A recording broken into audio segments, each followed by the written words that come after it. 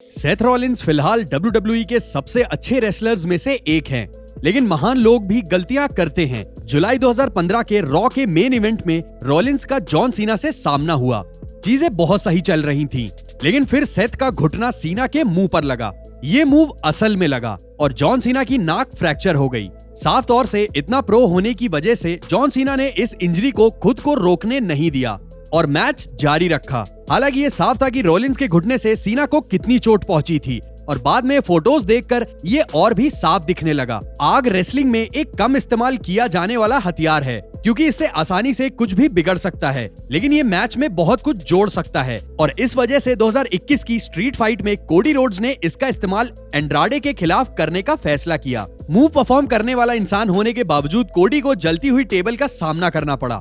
बाद में सामने आई तस्वीरों से चोट की गंभीरता का अंदाजा होने लगा। उनमें कोडी के शरीर पर मैच का असर साफ दिख रहा था।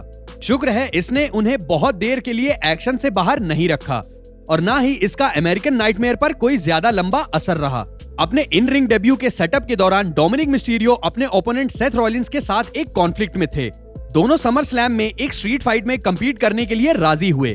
इसीलिए मंडे नाइट मसाई ने डॉम को एक सैंपल देने का फैसला किया। मिस्टीरियो और सेथ के समर स्लैम में मिलने से 2 हफ्ते पहले रॉलिंस ने डोमिनिक के दोस्त हम्बर्टो कारिलो का सामना किया। हम्बर्टो को हराने के बाद मंडे नाइट मसाई ने अपने साथ बडी मर्फी के साथ मिलकर डोमिनिक को सजा दी। रॉलिंस और मर्फी ने मिलकर डॉम को 30 बार केंडो स्टिक से मारा। WWE स्क्रिप्टेड हो सकती है, लेकिन मिस्टीरियो के शरीर पर निशान असली थे। लैडर मैचेस आमतौर से ही खतरनाक होते हैं, लेकिन 2006 का आर्मेगेडन फैटल 4-वे टैग टीम चैंपियनशिप मैच अलग ही लेवल पर था। मैच में कम्पीट करने वाली 2 टीम्स हार्डीज और एमएनएम थी।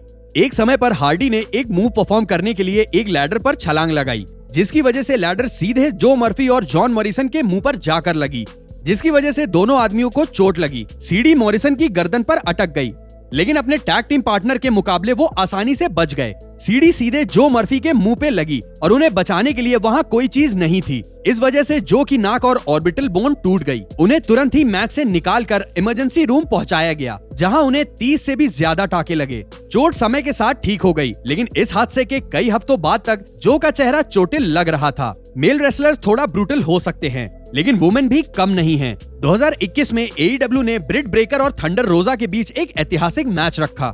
वो दोनों एक एनीथिंग गोज मैच में लड़ी और शायद उनका मतलब यही था। और भाई, इसमें हर तरह के वेपन्स का इस्तेमाल हुआ, जैसे टेबल्स, लैडर्स, चेयर्स और यहाँ तक कि थंब स्टैग भी।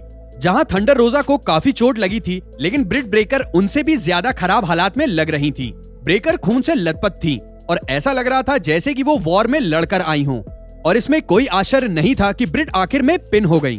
ब्रॉक लेसनर के 2012 के रिटर्न मैच ने किसी का सबसे कम समय में सर फोड़ने का रिकॉर्ड बना दिया। बीस्ट ने एक्सट्रीम रूल्स में जॉन सीना का सामना किया और 20 सेकंड के आसपास सीना के शरीर से खून निकल रहा था और इसमें जॉन सीना के लिए कुछ अच्छा नहीं हो रहा था, क्योंकि वो और लेसनर इतिहास के सबसे ज्यादा फिजिकल WWE मैचेस में से एक लड़ रहे थे।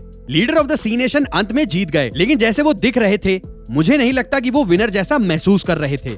2016 में फैंस WWE के इतिहास के पहले और एकमात्र एसाइलम मैच का गवाह बने। ये एक स्टील केज मैच जैसा ही था, जिसमें हथियार रिंग के ऊपर लटक रहे थे। क्रिस जेरिको और डीन एम्ब्रोस को इस अलग तरह के मैच में कम्पीट करने का मौका मिला। जहां डीन को खरोच आई, वहीं जेरिको को सबसे बुरी चोट लगी। लड़ाई तब खत्म हुई जब एम्ब्रोस ने Y2J को उठाकर थंब स्टैक्स के ढेर पर फेंका और फिर जेरिको को उसी ढेर पर डर्टी डीड्स मारा। ये मैच क्रिस जेरिको के लिए कितना दर्दनाक था समझाने की जरूरत नहीं है। ये पिक्चर्स ही काफी हैं। Y2J के शरीर से कुल 69 स्टैक्स निकाले गए। बदकिस्मती से कुछ इंजरीज ने WWE रेसलर्स के शरीर को हमेशा के लिए बिगाड़ दिया। उन्हें देखने के लिए चैनल को सब्सक्राइब करना ना भूलें।